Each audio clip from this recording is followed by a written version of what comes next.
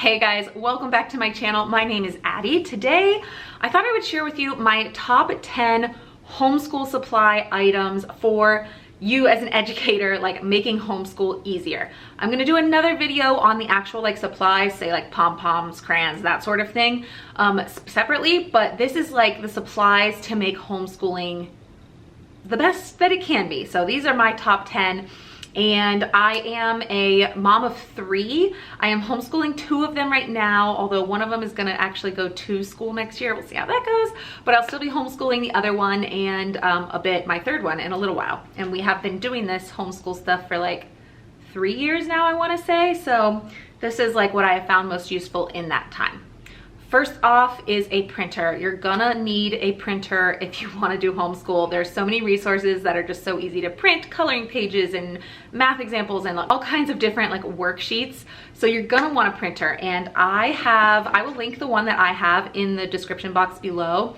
I like that I can use off-brand ink and it still works because some you can't, and so it's much cheaper that way. And I also like it because I can connect it to my phone. It has Wi-Fi capabilities, so if I find a resource as I'm just like scrolling, sitting on the couch, I can send it straight to the printer, and that's so nice to not have to be tied down to my computer. So next up is a laminator and laminating sheets. So I have the Scotch brand. This is the one I have here, and here are the laminating pouches. I will say, to me, it's an invaluable resource because I have multiple children that I'm going to be homeschooling. I want the materials to last and not get destroyed and be there year after year or every time we want to use it. If you only have one child and you don't plan to have any more, and you're not worried about the indestructibility because it's going to be a one and done resource, then maybe something like a sheet protector type thing is going to be better for you. You can get those at the Dollar Tree, Walmart, that sort of thing. But for me, the laminator really is worth it. But even if you don't like plan to reuse like addition worksheets, say, you still might find an instance like for holiday themed things or you know, like bird card type things where you might reuse those over and over. They're not grade specific, so it still might be useful. To be honest, it's like invaluable in my life. I love my laminator, so for me it's there. But if you don't think it's necessary, then the little sleeve that you can dry erase on is also a good option. Next up is these like these like glass soap dispensers. These are from IKEA, and I keep my paint in them. Up on this shelf here is like where I keep them, in like a little spinning divider type thing or whatever, Lazy Susan. But I keep my paint in here, and then we just squirt onto our little thing. We have some in every color. They fit just fine, and these provide so much less mess. My kids can do a pump. They know that's all they need. It's just been so nice. I haven't had issues with the paint drying out. Every once in a while, if there's a color I haven't used in a while, maybe it'll dry out right here at the tip. But if you just like kind of pump hard, it shoots right out. So really, I haven't had any issues. I love these. I've been using this system for about 2 years and it's worked great. So this is just one of those things. Paint can be so messy. Like, sometimes I hate painting because it can be so messy, but this has made it so much easier. I actually like pulling the paint stuff out now, so that is definitely something. And the other thing is, if you have little ones and you're doing homeschool, Smocks for when you do paint are just so invaluable because they get messy with paint. So I like the ones with long sleeve. They go on the front. I don't really care about the pockets. I know some have pockets, some don't. We don't carry anything in our pockets. I prefer my kids don't have things I don't know about in their pockets, so that is take or leave for me. But definitely the long sleeve ones that go on the front as opposed to the apron ones are my preferred. But they have them in all different styles, different kinds of stuff, different sizes. So Art Smocks, definite if you have the preschool kind of age. Up next would be trays, bins, baskets, etc. So some of the kinds that I have, like a muffin tin, we use this a lot for math and fine motor skills. Different baskets for presentation of materials.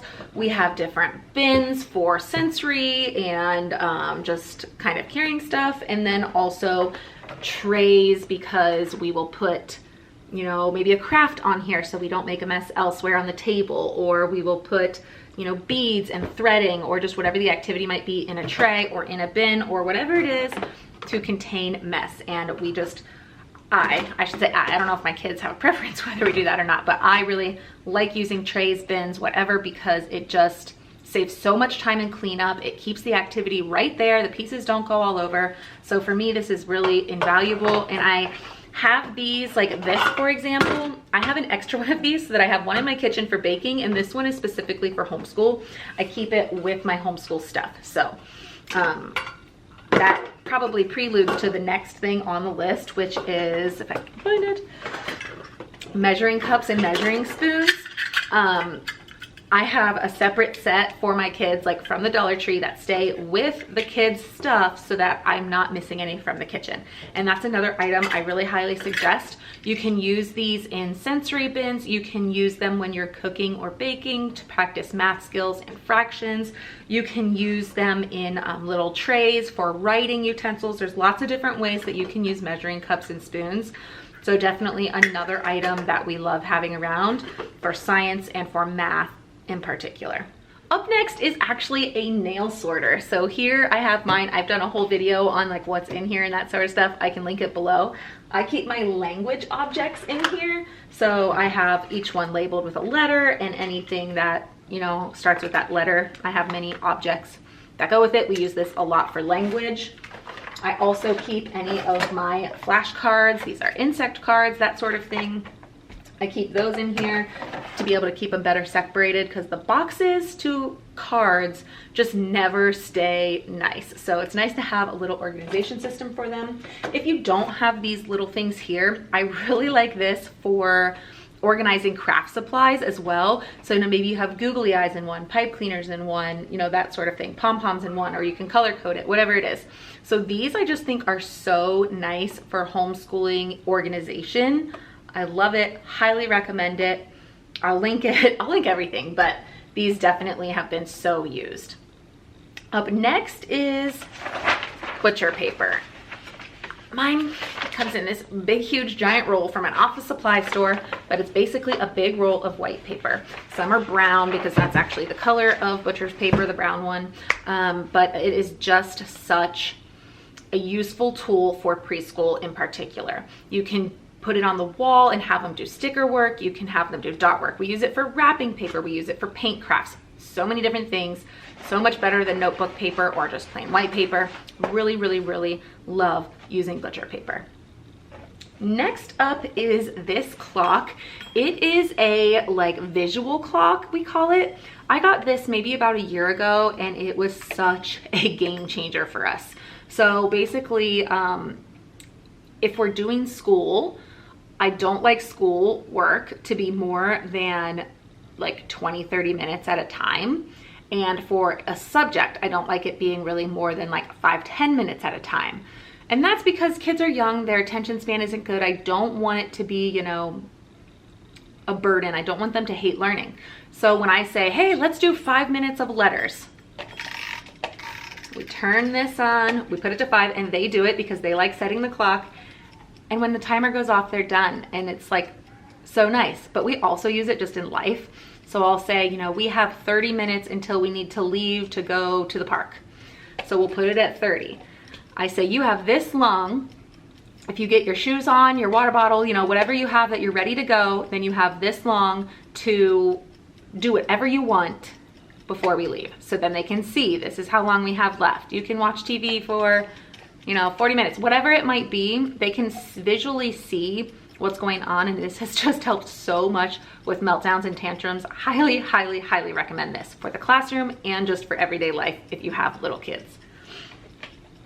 Next up is clothespins, and I know that kind of probably sounds weird, but we use them a lot in our classroom. So with these, you'll find clip cards. You can find them all over the internet to print out, but it'll say like, count the balls and clip the number that it is. So you can use them on clip cards. I also like paper plate learning. So right here, this example is matching uppercase to lowercase. So the lowercase is written on this clothespin here, and then they'll find the letter and clip it onto the correct one. So we use these a lot for all different types of activities. You can also use them as tweezers. These are actually a lot easier for the little kids to use than typical tweezers, and they close better more often. So in sensory bins, we'll use this, or if I want them to work on fine motor, we'll use these. But clothespins are such a cheap and, you know, valuable tool in our classroom. Next up is a tablet. I just purchased this one. I haven't even opened it yet. I got it on Prime Day. Our other one broke, but anyway, a tablet. Although we don't really love doing screen time too often, sometimes it's what the kids want to do. It's something they look forward to, and sometimes you just need a break. No judgment on tablet users out there at all. Lots of good learning apps that you can find. The one we're using right now is called Homer, and they do have a free trial, so I will link it below. I believe I have a link, and it gives you, I think, a 30-day free trial. So we have been loving that app. Another one is Starfall. Another one could be ABC Mouse. There's tons of learning apps out there, but definitely good to have a nice tablet for the kiddos. And that's it. So those are my top like 10, I think. I mean, I could name so many others. There's so many like things that I love in the classroom, but those are definitely 10 must-haves, like I think everyone should have. And if you're gonna spend money on something, spend money on those things, is my opinion. So hope this video helps. I hope you have a good school year this coming 22-23, and stay tuned for the next one on like more supply kids type stuff, like doing stuff, because I'll share another 10 must-have items for that. And I will see you guys in the next one. Bye.